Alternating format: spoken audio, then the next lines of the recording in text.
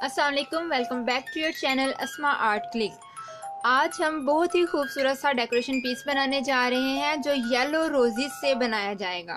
तो अभी मैं आपको नेक्स्ट बताऊंगी कि इसको किस तरह बनाना है। मैंने काफ़ी ज़्यादा रोजेस जो है बना के रखे हुए हैं। तो इसके लिए आपको 10 बाय 10 के 4 पीसीस चाहिए होंगे। तो इसके लिए मैंने कार्डबोर्ड लिया था और कार्डबोर्ड के ऊपर मैंने पेपर जो है वो पेपर से उसे कवर कर दिया है। और इसके लिए आपको ग्रीन शीट चाहिए लीव्स बनाने के लिए, वो भी मैं आपको नेक्स्ट बता दूंगी कि आपने किस तरह से बनाने हैं। मैंने स्टाइलिश सीजर से इसको कटिंग की है। तो चलें स्टार्ट करते हैं। लेकिन स्टार्ट करने से पहले मैं आपको याद करवा दूं कि आपने अभी तक सब्सक्राइब और लाइक नहीं किया, तो आप लाइक करें। तब तक स्टार्ट करते हैं।